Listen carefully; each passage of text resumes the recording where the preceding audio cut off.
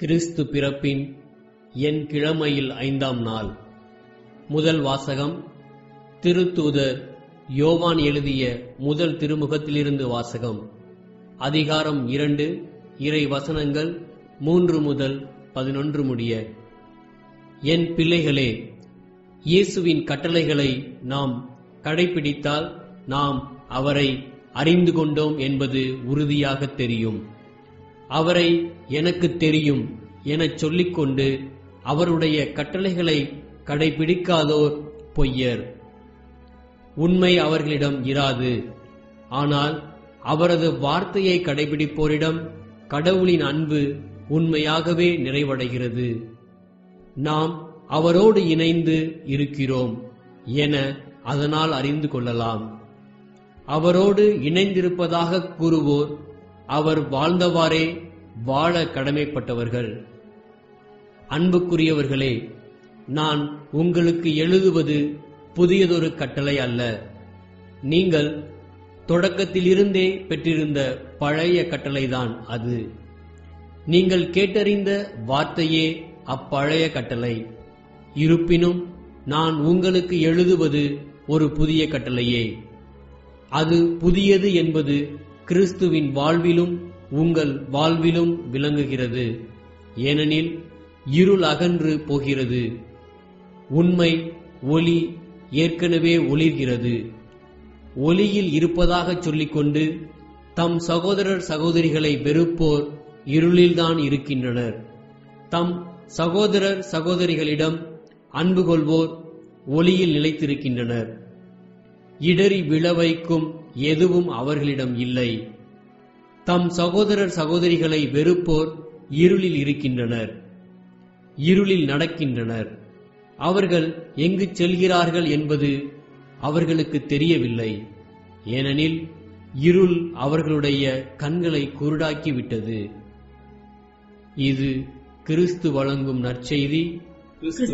உமக்கு புகழ்.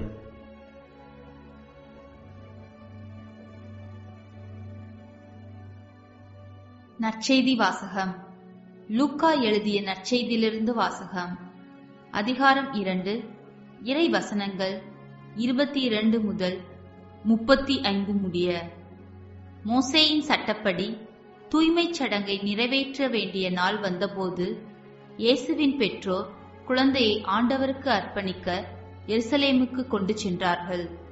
ஏனெனில் ஆண் தலைப்பேறு அனைத்தும் ஆண்டவருக்கு அர்ப்பணிக்கப்படும் என்று அவருடைய திருச்சட்டத்தில் எழுதியுள்ளது. அச்சட்டத்தில் கூறியுள்ளவாறு 2 மாடப்புறாக்கள் அல்லது 2 புறா குஞ்சுகளை அவர்கள் பலியாக கொடுக்க வேண்டியிருந்தது. அப்போது எருசலேமில் சிமியோன் என்னும் ஒருவர் இருந்தார். அவர் நேர்மையானவர், இறைப்பற்று கொண்டவர், இஸ்ரேலுக்கு வாக்களிக்கப்பட்ட ஆறுதலை எதிர்பார்த்திருந்தவர். தூய ஆவியை அவர் பெற்றிருந்தார். ஆண்டவருடைய மெசியாவை காணும் முன் அவர் சாகப்போவதில்லை என்று தூய ஆவியால் உணர்த்தப்பட்டிருந்தார். அந்த ஆவியின் தூண்டுதலால் அவர் கோவிலுக்கு வந்திருந்தார்.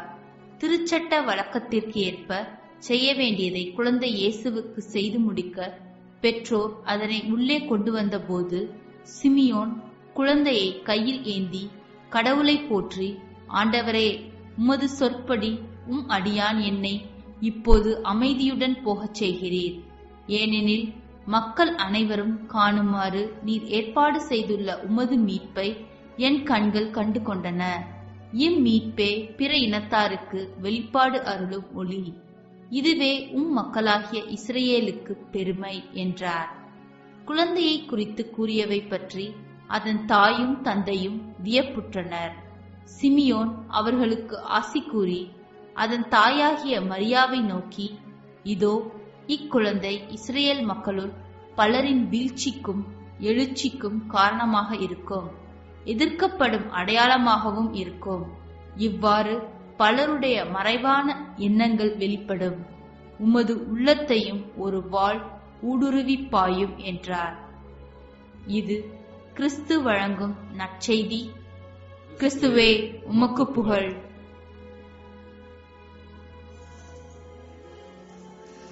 சந்திரனில் மனிதன் கால் பதித்தது மிகப்பெரிய வரலாற்று நிகழ்வு என்பது நமக்கு தெரியும்.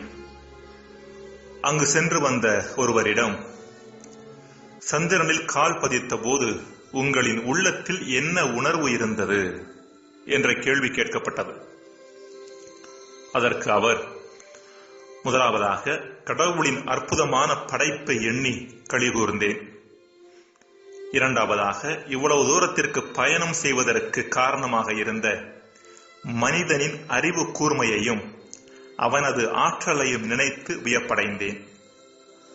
மூன்றாவதாக இவ்வளவு தூரம் பயணம் செய்து வந்து சந்திரனில் கால் பதித்தாகிவிட்டது, ஆனால் பக்கத்து வீட்டுக்காரன் உள்ளத்திலோ இன்னும் கால் பதிக்க முடியவில்லையே என்ற வேதனையும் எனக்குள் இருந்து கொண்டிருந்தது என்று பதில் சொன்னாராம். இன்றைய முதல் வாசகத்தில் யோவான் சகோதர சகோதரிகளை அன்பு செய்வது குறித்து பேசுகின்றார். ஒளியில் இருப்பதாக சொல்லிக் கொண்டு தம் சகோதர சகோதரிகளை வெறுப்போர் இருளில்தான் இருக்கின்றனர். தம் சகோதர சகோதரிகளிடம் அன்பு கொள்வோர் ஒளியில் நிலைத்திருக்கின்றனர் என்கின்றார். இங்கு யோவான் இருள் ஒளி என்ற வார்த்தைகளை அடையாளங்களாக பயன்படுத்துகின்றார். இருள் என்பது அறியாமைக்கும், ஒளி என்பது தெளிவான கண்ணோட்டத்திற்கும் அடையாளங்களாக இருக்கின்றன. வேறு வகையில் சொல்ல போனால் யோவானின் வார்த்தைகளை கீழ்கண்டவாறு புரிந்து கொள்ளலாம். வாழ்வின் மட்டில் தெளிவான கண்ணோட்டம் கொண்டவர்கள் தம் சகோதர சகோதரிகளை அன்பு செய்து நல் உறவில் நிலைத்திருக்கின்றனர். அறியாமையில் மூழ்கி கிடப்போரோ தம் சகோதர சகோதரிகளை வெறுக்கின்றனர். யார் ஒளியில் வாழ்கின்றார்களோ, அதாவது யார் வாழ்வின் மட்டில் தெளிவான பார்வை கொண்டிருக்கிறார்களோ, அவர்கள் தங்களது குடும்ப உறுப்பினர்களோடு மட்டுமல்ல எல்லா மனிதர்களோடும் தாங்கள் இணைக்கப்பட்டிருப்பதை கண்டுகொள்கின்றார்கள். கவிஞர் அப்துல் ரஹ்மான் இவ்வாறு சொல்லுகின்றார்: சொந்தம் அந்நியம் என்பதெல்லாம் அர்த்தமற்ற பேச்சு. உண்மையில் அந்நியம் என்று இந்த உலகில் எதுவுமே இல்லை. தொடர்புகள் தெரிந்தால் சொந்தம் என்கிறோம், தெரியாவிட்டால் அந்நியம் என்கிறோம். இது நம் அறியாமையின் விளைவு. அந்நியம் என்று நினைக்கிற ஒருவன் நம்மோடு அவனுக்குள்ள உறவை எடுத்து காட்டினால் சொந்தமாகி விடுகிறான். இப்படித்தான் ஒவ்வொன்றோடும் நமக்கு இருக்கும் கண்ணுக்கு தெரியாத இணைப்புகள் புலப்பட தொடங்கும் போது எல்லாமே சொந்தமாகிவிடும். உறவு என்பதை ரத்தம் மட்டுமே தீர்மானிப்பதில்லை என்று அவர் சொல்லுகின்றார்.